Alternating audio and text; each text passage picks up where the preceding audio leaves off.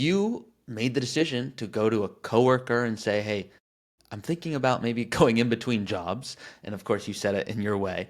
But what would you say to another person who's thinking about retirement in a good spot, but they're just worried about how do I bring this up? Excellent question. And I already kind of mentioned that, would I naturally figure it out? I would recommend saying, hey, I'm trying to experience a new phase in my life. And this is the experiment that I'm making on myself. I'm trying to stop working for some time to understand how it's going to be in the future when I actually retire. And I hope you guys support me with this. I'm absolutely open to do whatever you need from me in the job. But this is what I'm thinking about. I'm going to stop working for some time. That's Wow. how you I, transition. I think I have your new job. If you want a new job, Slava, I think you should be a retirement transition coach, helping people transition into, because that was beautifully said. How are you maintaining your social connections now?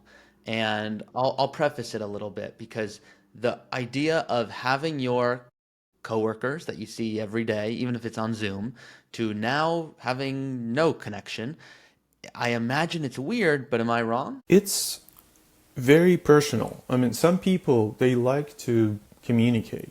They like to have a nice, rich social life.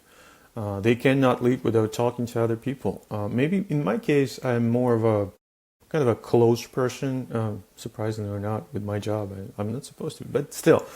And I don't need a lot of social interaction, at least for this, at this point. Maybe later in life I will.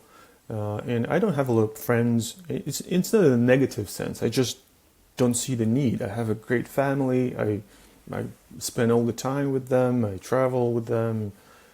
And I have been working remotely most of the time. So for me, friends is not a necessity. And it's a kind of, I like talking to people for once in a while, but it's not like I spend a lot of time with friends.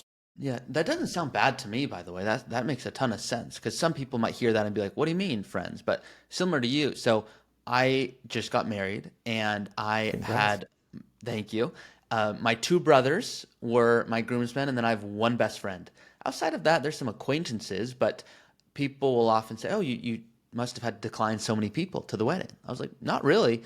So in that sense, what I want to dive into a little bit because I'm just so curious, what does Slava's day look like on an average day? Not when you're traveling or hang, but just you wake up at what time? What happens during the whole day?